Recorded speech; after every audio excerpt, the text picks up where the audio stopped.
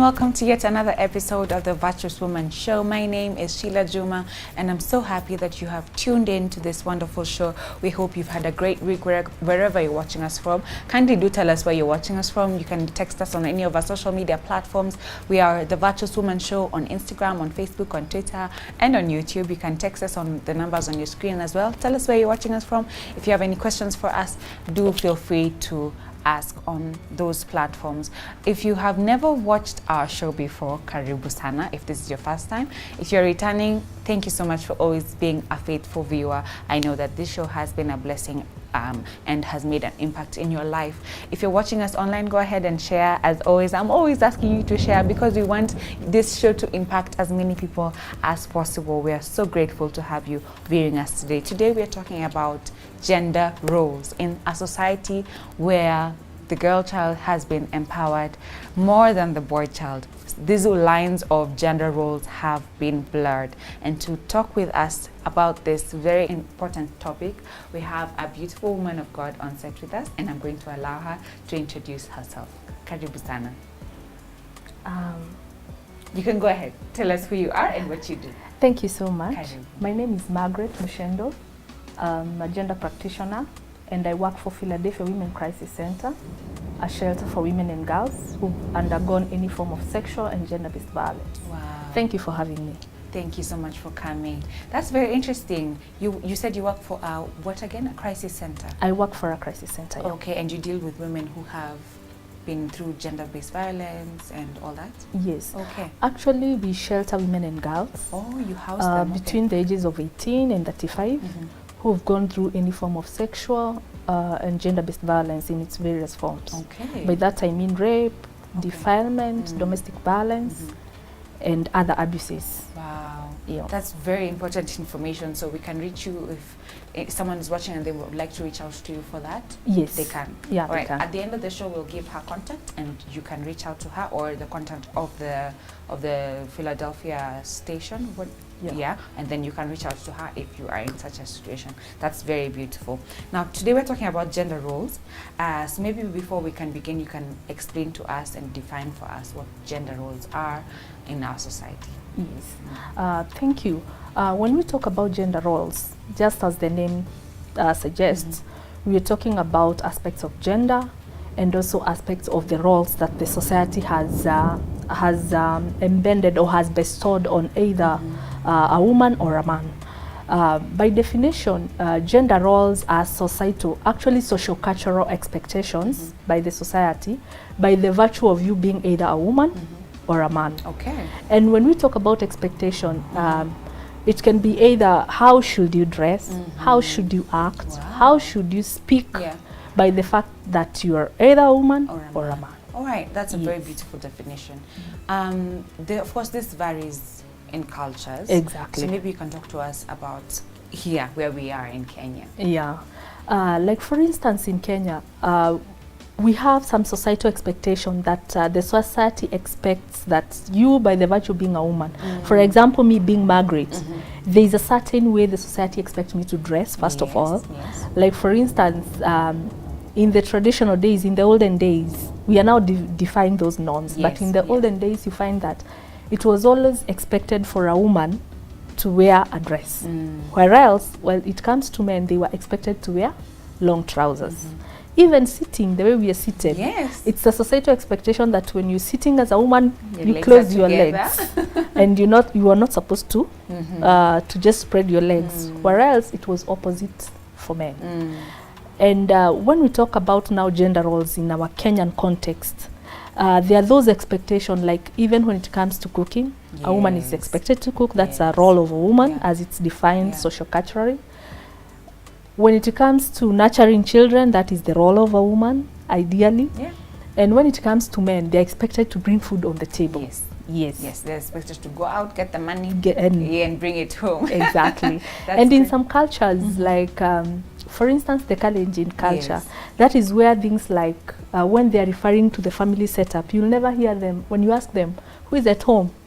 More often than not, you'll hear them say, Lakwane. They mean the children. So the woman together with the children, they are They're at home. grouped together Yes. because the woman, society-wise, is expected to stay at home, look after the children, cook, wash clothes. Yeah. Those are some of the roles that are there in our cultures in Kenya. I think even just in Kenya, not just Kalenjin, but that transfers to Kenya, where when a visitor comes to the home, they're not going to say, the man has not kept this home well. Yeah, it's the woman exactly. It's the woman who has not kept the home well. Yeah, I like that. How has the gender roles evolved over time? Over time, gender roles have really evolved. And one, I would say, in the current society that we are living in, like in the Kenyan today, you will find most women are now going to work. They are employed. We have quite a huge number of women who wake up in the morning and they go to the offices and they work, unlike before, where women were prohibited from working. Their work was just to stay at home. More so, even in the political arena, like even in our very own context, the Nakuru context, we have seen so many women scoop the political seats. So they have evolved over time because women were not allowed. Initially, they were not allowed to go out there and work. That was the role of a man. But with time, and actually I would attribute this to changing economic times, where you find that that salary of a man alone, of a husband alone, is not enough. There are so many expectations, there are so many bills, there are so many things that have to move on in the house, and therefore the woman has to step out and get an employment. So it has evolved over time, and I think times are changing.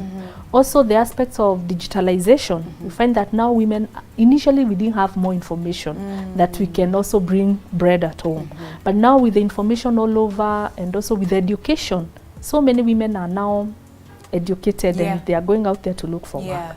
So it has greatly evolved over time. It's something you've said has begged a question in my mind. You said with the digitalization, the world has become a village. Yes. With all this, the social media, internet and all that. Exactly. Do you think that our culture, for example, is able to be affected by Western culture, Eastern culture, because now of that exposure? And that, can you see anything in our culture today that has been imported from other cultures? Exactly. With digitalization, even without going far, we have seen a lot of intermarriages actually. And if, for example, you're a Kenyan and you're married to a Western man, then, and remember we defined gender role as socially and culturally defined expectation, the social expectation. And now here we are blending. Therefore, and you see it's culturalization. When children are, when you give birth to children, then it only means the societal expectation will be borrowed from West and East. And now too, from Africa culture. And having said that, there is also a lot of effect of Western culture. Like initially, I started by saying we were expected to wear dresses. Because remember, gender roles, we said it's how you act, how you dress, what you do, what the society expects you to be doing by the virtue of you being a woman. And now with the Western culture, digitization, social media and all that, we are seeing that even our dress code has greatly changed. It has been affected by what we see, who we interact with, through either intermarriage, education, digitalization. So I would say from where I sit, a lot has really changed and has been affected by the Western culture. Briefly, maybe you can tell us, does religion affect the way we view gender roles? For example, now the Christian faith, does that affect how roles are in our society? In a way, I would say yes. Religion is part of our society.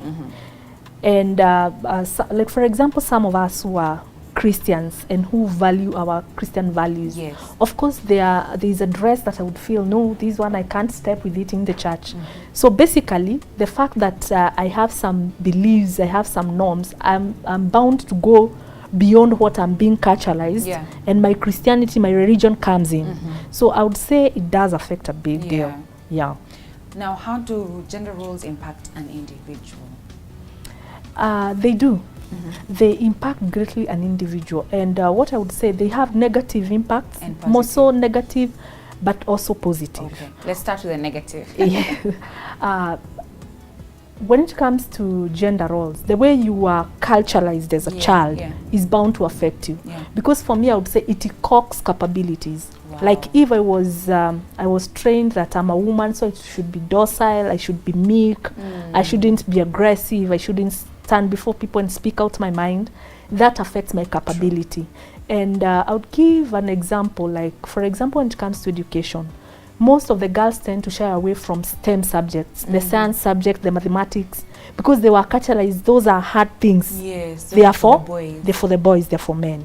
And on the other hand, when it comes to men, they have been trained to cock emotions. Men don't cry. Your role is to go out there and defend women and all that.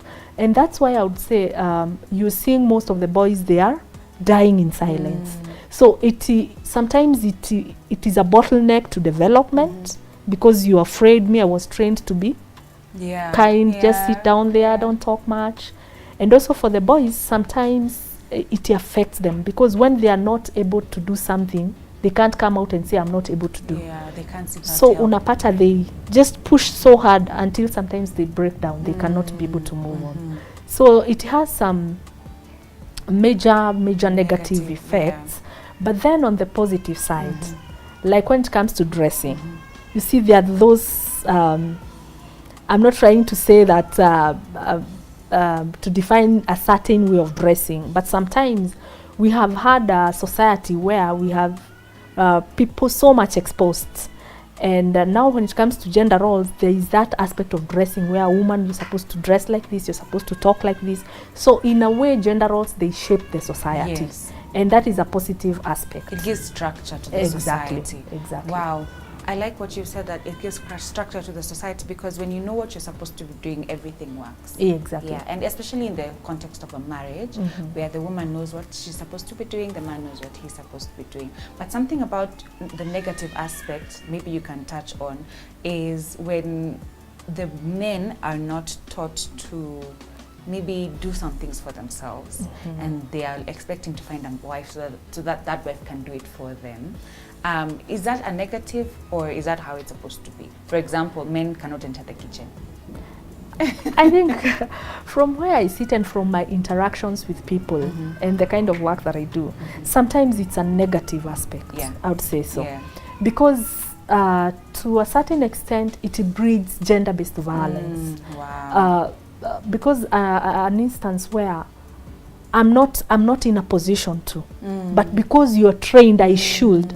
For example, just to give a more elaborate example is, maybe I've been sick, I'm not able to go to that kitchen, or I just give birth. Yeah.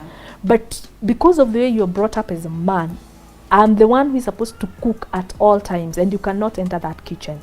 Then somehow I'm like, no, I cannot be able to, because my condition cannot allow me. I've had cases where women have been abused because they are not playing that societal expectation role that they are expected to be playing, even when they are not in a position to. So in a way, if it is taken out of context, in a way it breeds gender-based violence.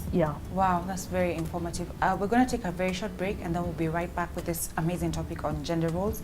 And don't go anywhere. We'll be right back.